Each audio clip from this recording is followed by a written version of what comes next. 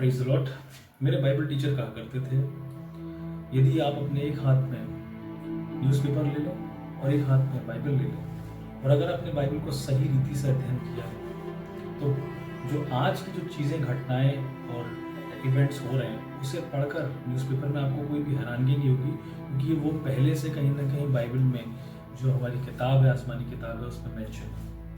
लेकिन परेशानी की बात यह है कि आज हमारे घरों में ये सिर्फ एक शो पीस का सामान बन के रह गया है। इसलिए मैं आपसे निवेदन करूंगा कि इस चैनल से आप जुड़े रहें, लाइक, शेयर और सब्सक्राइब ज़रूर करें, ताकि आपको मेरे हर एक वीडियोस से जो है इन्फॉर्मेशन मिलती है। चलिए आज हम शुरू करते हैं। हम पिछले कुछ वीडियोस में बात कर रहे थे जुबली की, और पिछले वीडियो में मैंने आपको बताया था 50वां वर्ष जो इजराइल में छुटकारे का वर्ष यानी कि योबल होता था, वो एक्चुअली में हमने 1867 से काउंट करना शुरू क्यों किया था। और मैंने आपको कुछ स्क्रिप्चर्स दिए थे जो हमें मिलते हैं ड्यूटोनॉमी यानी कि व्यवस्था विवरण 29:22 से लेकर 26 तक में, जहाँ पर जुबली शुरू होने की कुछ कंडीशन दी थी कि परदेसी आएंगे और परदेसी लोग आकर कहेंगे कि ये लैंड ऐसा है वैसा है। और मैंने आपको ये बताया था कि 1867 में जब मार्क ट्वेन आया तो उस दिन पारशा यानी कि जो पूरे यहूदी जगत में जो वर्ड फैलाया जाता है तोरा से, वो एक ही रहता है पूरे जगत में। और उस दिन व्यवस्था विवरण से वही वचन बोला जा रहा था, व्यवस्था विवरण 29:22 से लेकर 26 वाला, कि परदेसी आएगा और वो ऐसी बातें कहेगा। और उस दिन वो वचन पूरा हुआ, यानी कि जुबली की शुरुआत उसी दिन से शुरू हो गई। और मैंने आपको ये भी बताया था कि 1867 से पहले लैंड खरीदना उस जगह पर पैलेस्टाइन में इम्पॉसिबल था। लेकिन 1867 में जब लैंड रिफॉर्म्स आए, 1867 में जब नियम कानून बदले ज़मीन खरीदने के, उसके बाद से आगे चलकर जो है वो इजराइलियों के लिए आसान हुआ कि उन्होंने जो है वहाँ पर ज़मीनें खरीदना शुरू की। और मैं आज आपको ये जो पहली जुबली का जो मैंने भेद बताया था, आज आपको एक और दूसरी जुबली का भेद बता रहा हूँ जो डिपेंड करता है व्यवस्था विवरण 30 उसकी 1 से लेकर 5 तक। जी हाँ, जुबली कई भी हो सकती है मेरे हिसाब से। और आज जो जुबली की सेकंड कंडीशन में बता रहा हूँ वो शुरू होती है व्यवस्था विवरण 30 में, जहाँ पर मूसा जो है वो इजरायलियों से कह रहा है कि जब ये सारी आशीष की बातें तुझ पे घटे और तू अलग अलग जातियों में, अलग अलग जगहों पर तू रह रहा होगा, तो तू ध्यान रखना, अपनी संतान सहित अपने सारे मन और अपने सारे प्राण से जो है वो परमेश्वर यहोवा की ओर फिरना और क्षमा मांगना। और लिखा है वर्ष 3 में, व्यवस्था विवरण 30:3 में, तब तेरा परमेश्वर यहोवा तुझको बंदुआई से लौटा ले आएगा और तुझ पर दया करके उन सब देशों के लोगों में जिनके मध्य में वह तुझको तितर बितर कर देगा फिर इकट्ठा करेगा। यानी कि सेकंड जो स्टेज है जुबली की, जहाँ से दूसरी जुबली शुरू हुई, वो ये है कि Israeli as a nation, as a representative, अलग अलग यहूदी लीडर्स या यहूदी लोग आपस में इकट्ठे खड़े होकर वो रिपेंटेंस कर रहे हैं, वो पश्चाताप कर रहे हैं। और वहीं से वो दूसरी कंडीशन शुरू होगी, दूसरी जुबली शुरू होगी, जहाँ पर परमेश्वर इजराइल को वापस लाने के लिए जुबली का पुनर्गठन करना शुरू करता है। 1897 एक बड़ा ही इम्पोर्टेंट दिन, एक साल था, जहाँ पर बेसेल जो स्विट्जरलैंड में है, वहाँ पर थियोडोर हेजल, जिनको फादर ऑफ मॉडर्न जाइनिज्म कहा जाता है, यहूदियों के लीडर थे, उन्होंने जो है वो कम से कम 200 से ज़्यादा इजरायली लीडर्स को बुलाया और बेसेल स्विट्जरलैंड में जो है इस बात की बात पर चर्चा करी कि हमें जो है अब एक जूइश होमलैंड की ज़रूरत है। ताज्जुब की बात यह है कि आने वाली कुछ कॉन्फ्रेंसेस में जो है थियोडोर हेजल का रुख ये था कि वो चाह रहे थे कि साइप्रस जो है, यानी कि जो ग्रीस में पड़ता है, साइप्रस जो है वो यहूदियों को मिल जाए, क्योंकि वो ब्रिटिशर्स के अंडर में आता था। तो वो चाह रहे थे कि साइप्रस वो टापू मिल जाए ताकि यहूदी वहाँ पर रह जाएं। खायम वाइट्समैन और भी काफ़ी यहूदी जो लीडर्स थे, रॉथशील्ड वगैरह, ने इस चीज़ का बहुत विरोध किया। उन्होंने कहा कि नहीं, हम वहाँ पर नहीं जाएंगे। ब्रिटिशर्स ने इन रिस्पॉन्स थियोडोर हेजल को ये प्रस्ताव दिया कि हम आपको अफ्रीका के पास एक जगह पड़ती है युगांडा, हम आपको वो दे सकते हैं, वहाँ पर आप जा सकते हैं। जिसका कि खायम वाइट्समैन और भी बाकी जो लोग थे, इजरायली लीडर्स थे, जाइनिस्ट, उन्होंने मना किया कि नहीं, हम वहीं पर वापस जाएंगे जहाँ से हम निकाले गए थे। शायद वो बहुत ही बाइबल को पढ़ने वाले लोग थे। खैर 1897 में ये वो साल था जब 200 से ज़्यादा यहूदी पोलैंड, रशिया, फ्रांस, जर्मनी, कहाँ से निकल कर आए और पश्चाताप किया और रोने लगे। और उस दिन बहुत से रब्बियों ने इस बात को कहा कि आज ऐसा लगता है कि ये वही पुराना समय वापस आ गया है जब हम रोते थे, अपने पापों से क्षमा मांगते थे और हमारा परमेश्वर यहोवा हमको क्षमा करता था और वापस जो है हमारी ज़मीन पर हमको ला देता था और हमारे शत्रुओं से हमको विराम देता था। 1897 जो था वो दिन था जब लोगों ने एक्चुअली में रिपेंटेंस करना शुरू किया, यहोवा परमेश्वर की ओर देखना शुरू किया। और उस दिन जो 200 लीडर इकट्ठे हुए थे, उन्होंने एक सपना देखा और ये कहा कि हम अपने परमेश्वर यहोवा से पश्चाताप करेंगे और वापस हम प्रार्थना करेंगे कि परमेश्वर हमको वहीं पर ले जाए जहाँ से हमको निकाला गया था।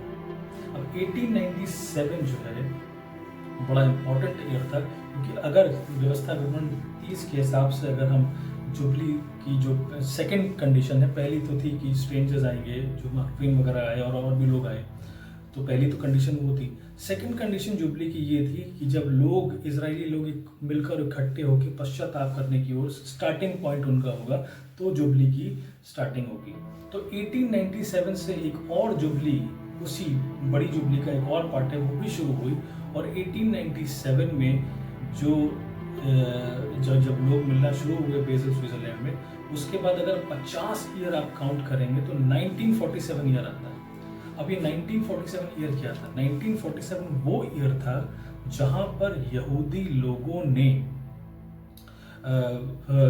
बहुत अत्याचार सेकेंड वर्ल्ड वॉर में सह लिया था। हिटलर ने जो है वो जला जला के मार डाला, गैस चैम्बर्स में जला जला के वो दम घोट घोट के यहूदियों को मार दिया। पोलैंड में और ऑस्ट्रिया में और न जाने कौन कौन से देशों में जो है अत्याचार किया उनके ऊपर। और बाकी जो यूरोपियन कंट्रीज थे वो शांत बैठे थे और कोई भी ये नहीं चाह रहा था कि यहूदी हमारी कंट्रीज में आए, क्योंकि यहूदियों का हमारी कंट्री में आने का मतलब है कि हम एक्सेस, जो कि हिटलर जिसका जर्मनी जो उस टाइम पर वो अगुवाई कर रहा था उस वर्ल्ड वॉर में एक्सेस खेमे से, उसके विरुद्ध जाना है। तो कोई भी इस चीज़ को नहीं चाह रहा था कि यहूदी हमारे देश में आए। खैर, जब वर्ल्ड वॉर ख़त्म हुआ 1947 में पहली बार ऐसा हुआ कि यूनाइटेड नेशंस ने रेजोल्यूशन पास करके जो है वो इसराइल को एज अ जूइश होम जो है वो डिक्लेयर किया पैलेस्टाइन में। खैर, उस टाइम पर पैलेस्टाइन को भी बनाया गया क्योंकि बिकॉज लॉट ऑफ प्रेशर है। मैं आने वाले वीडियोज़ में आपको समझाने की कोशिश करूँगा कि ऐसा क्यों हुआ। लेकिन जो सो कॉल्ड पैलेस्टीनियन अरब्स थे बेसिकली, उन्होंने उस रेजोल्यूशन को मानने से इनकार कर दिया। लेकिन यहूदियों ने जो टू स्टेट सोल्यूशन दिया गया कि एक साइड इसराइल रहेगा, एक साइड जो है वो कुछ हिस्से पे इसराइल, कुछ हिस्से पे फ़लस्तीनी अरब रहेंगे, उस चीज़ को स्वीकार कर लिया। और 1947 में पहली बार जो है इसराइल को मैंडेट के द्वारा, लीगल लॉ के द्वारा जो है वो स्थापित किया गया। 1917 में जो हुआ था कि एक डॉक्यूमेंट कहा गया था, एक उम्मीद जगाई गई थी, लेकिन एक्चुअली में जाके वो पूरी होती 1947। तो 1947 यानी कि आप काउंट करें 50 ईयर्स, तो ये जाके खत्म होती 1947 या 1948 की साइकिल होगी। तो ये सेकंड जुबली थी जो कंप्लीट हुई। अब आप कह सकते हैं कि आशीष भाई, आप ये जो बात बता रहे हैं उसका कुछ ऐतिहासिक आधार या कुछ पुख्ता प्रूफ है? तो जी हाँ, मैं कहूँगा बिल्कुल है। ये सिर्फ आज ही पूरा नहीं हुआ। अब देखिए कितनी अजीब सी बात है कि हम आज जो हुआ है उसको इतिहास के माध्यम से समझने की कोशिश करें। आज का मतलब कि 70-80 सालों के बीच में जो हुआ है जुबली, जो मिस्ट्री। तो ताज्जुब की बात यह है कि यही पैटर्न, यानी कि पहला पैटर्न क्या है कि परदेसी लोग आएंगे, वो लैंड के बारे में कमेंट करेंगे। सेकंड कंडीशन, जो लोग पश्चाताप करेंगे, रिपेंट करेंगे, वहाँ से जुबली शुरू होती है। जुबली का मतलब कोई स्पेशल नंबर नहीं है, कोई चमत्कारिक 50 नंबर नहीं। कहने का मतलब है कि परमेश्वर अपनी छाप छोड़ता है जहाँ पर वो एक पैटर्न के अनुसार काम करता है, और वही पैटर्न पश्चाताप का, उसकी ओर फिरने का, वहीं से वो शुरू होता है। परमेश्वर को हमारे जीवनों में काम करने का मौका मिलता है। तो ताज्जुब की बात यह है कि यदि आप जब आपने सुना होगा कि बेबीलोनियन कैप्टिविटी के बारे में, कि जब बाबुल का नबूकदनेस्सर आया और वो उन सबको उठाकर जो है वो वापस बेबीलोनियन किंगडम में ले गया, तो ताज्जुब की बात यह है कि यिर्मयाह 19 और 8 में अगर लिखा हुआ है, और आगे फर्दर 25 और 12 में जो लिखा हुआ है, उसने भी इसी चीज़ का मेंशन किया। जब वो सारी बातें डिक्लेयर कर रहा होता है कि तुम बंधुआई में जाओगे, फिर बात वो करता है कि वापस आने का जो एक समय होगा, तो फिर वो वही मेंशन करता है कि आउटसाइडर्स, यानी कि बाहर के लोग आएंगे, परदेसी आएंगे, और वो लैंड के बारे में ऐसा कहेंगे, वैसा कहेंगे। आप चाहे तो आप ज़रूर से इसको पढ़ सकते हैं, आपको मिलेगा यिर्मयाह 19 और 8। और यिर्मयाह 25 और 12, और वो यही बातें करेंगे कि देखो ये लैंड कैसा है, ये ज़मीन कैसी है कि परमेश्वर ने इनको दी थी और ये तो बंजर और वीरान हो गई है, ये वो सारी बातें वो कहेंगे। तो वही पैटर्न हम उसको वहाँ देखते हैं कि फिर दोबारा 70 सालों के बाद में परमेश्वर ने जो है उनको वापस इज़रा और नेहमिया की लीडरशिप में जो है वापस वो लेकर आया और सेकंड टेम्पल का निर्माण हुआ। और यही नहीं, लेमेंटेशंस 2:15 यानी कि बिलाम की 2:15 के अनुसार second condition mention, sorry not limitations 2:15, अगर आप दानियल की किताब पढ़ेंगे, यदि आप इज़रा पढ़ेंगे, यदि आप नेहमिया पढ़ेंगे, तो आप वहाँ पर जानेंगे कि परमेश्वर की ओर फिरना यानी कि रिपेंट करना। डैनियल ने रिपेंट किया अपने लोगों के लिए, इज़रा ने रिपेंट किया अपने लोगों के लिए, नेहमिया ने अपने लोगों के लिए रिपेंट किया एज अ नेशन, और वहीं से एक आधारभूत स्तंभ बना जहाँ पर परमेश्वर दोबारा उनको उनके होमलैंड में वापस लेकर आया। और यही पैटर्न कि परदेसी लोग आएंगे और इजरायली लोग फिर उसके बाद रिपेंट करना शुरू होंगे और परमेश्वर धीरे धीरे उनको आकर वापस लैंड में लेकर आएगा। और वही चीज़ हम देखते हैं कि 1947 और 1967 से ये जो शुरू हुआ साइकिल वो अभी तक चल रहा है। और इसीलिए अब एज अ क्रिश्चियन मैं ये कहना चाहूँगा कि हमारे जीवनों में इसका क्या इम्पोर्टेंस है। ज़रा सोच के देखिए कि ऐसी किताब जैसे हम अपने घर में शायद रख देते हैं और पढ़ते भी नहीं हैं, खोलते भी नहीं हैं, या स्पेशली जब हमें कोई फेस्टिवल होता है, क्रिसमस या ईस्टर या गुड फ्राइडे, उस दिन हम जाते हैं और क्योंकि हमें एक कस्टम होता है बाइबल लेके हम ले जाते हैं, या कभी किसी को प्रीच करना है थोड़ा सा तो आपने उसमें से एक वर्स कुछ कहनी है तो आपने बाइबल उठा ली, वरना अदरवाइज बहुत से लोग बाइबल नहीं उठाते। I am sorry to say that. लेकिन एक ऐसी किताब जो भविष्य में जो होने वाला है उसके बारे में हमको बताती है और हमको ये बताती है कि इसका लिखने वाला अपने वायदों को भूलता नहीं है। यानी हम और आप अपनी कही हुई बातों को भूल सकते हैं। मैं आपसे शायद इस वीडियो पर वादा करूं कि मैं अगले वीक आऊँगा और मैं इस चीज़ पर वीडियो बनाऊंगा, और हो सकता है कि मैं अपने वायदे से फिर जाऊँ, क्यों? क्योंकि मैं इंसान हूँ। लेकिन सबसे अच्छी बात यह है और खुशखबरी ये है कि जब हम इस किताब को पढ़ते हैं, इस पर लिखे हुए वायदे और वाचाओं को पढ़ते हैं, तो प्रभु यीशु मसीह में गलतियों की किताब में लिखा है कि प्रभु यीशु मसीह में सारी बातें जो है हमारे लिए यीशु मसीह होकर हाँ और आमीन के साथ पूरी होती हैं। तो सोचिए एक ऐसी कौम इज़राइल जो बार बार पाप करती रही, लेकिन परमेश्वर ने फिर से अपनी दया के कारण अपनी वादों को याद रखा, उनको बार बार उनकी लैंड में वापस ला के रखा। ना सिर्फ पुराने टाइम में, परंतु आज के हमारे लिए और आपके लिए एक चिन्ह है कि हम इस चीज़ को देख सकें कि परमेश्वर आज भी हमारे बीच में काम करता है। और इससे हमें अपने जीवन में इवैल्यूएट करने की ज़रूरत है कि क्या कभी कभी हमारा विश्वास जो है वो कम हो जाता है, जब हमारे ऊपर प्रॉब्लम्स आती हैं, परेशानियाँ आती हैं, संकट आती है, तो हम इसको खोलते भी नहीं।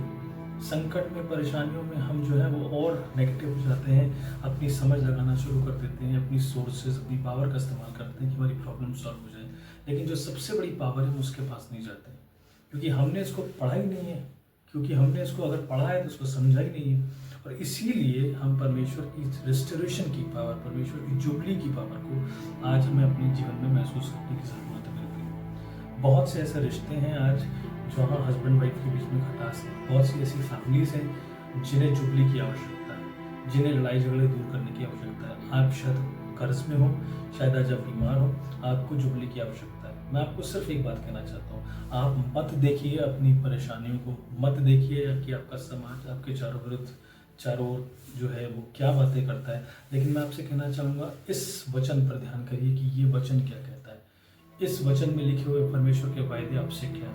आप जब बाइबल पढ़ना शुरू करें तो इन वचनों को, इन वायदों को अपने ऊपर लेना शुरू करें, ये विश्वास करें कि परमेश्वर इन वायदों को आपसे ले रहा है। ये मैं ये विश्वास करता हूँ कि परमेश्वर इन वायदों को मुझसे कर रहा है, और मेरे जीवन की जुबली जो है वो परमेश्वर ने मुझे भी चीज़ें रेस्टोर करना शुरू कर दी। मैं आपसे सच कहता हूँ, यदि आप विश्वास नहीं करेंगे तो आप परमेश्वर से कुछ भी नहीं पा सकते। अगर आप ये मानते कि ये किताब किसी काम की नहीं है, इसको हम सिर्फ अपने एक भवन में जाकर रख दें, तो मैं आपसे सच कहता हूँ ये किसी काम की नहीं है। सच में इस किताब के आने वाले वीडियोस में मैं आपको इन्फॉर्मेशन दूंगा कि इस किताब ने कैसे कॉन्टिनेंट्स, पूरी पृथ्वी के लोगों को जो है वो हिला कर रख दिया, नए नए रेवोल्यूशंस है इसकी वजह से, बेस्ड ऑन दिस बुक। मैं आपको सिर्फ एक बात कहना चाहता हूँ, कई बार हमें अंदाज़ा नहीं होता कि हमारे पास क्या है। The one who is with us is stronger than, is mightier than the one who is against us. जो हमारे साथ है वो जो हमारे विरुद्ध है उससे कहीं ज़्यादा ताकतवर है। लेकिन क्या आज हमें इस चीज़ का अंदाज़ा है कि हमारे साथ है क्या? मैं आपसे फिर से निवेदन करूंगा कि आज जब आप इस वचन को सुन रहे हैं तो अपनी घुटनों पे जाइए, परमेश्वर से प्रार्थना करिए, पवित्र आत्मा से क्षमा मांगिए, पवित्र आत्मा से कहिए कि वो आपके पास आए और आपको आपकी अकल को, आपके दिमाग को, आपके मस्तिष्क को, आपकी आंखों को खोल दे, ताकि आप उसके वचनों को पढ़ें और उसको समझें।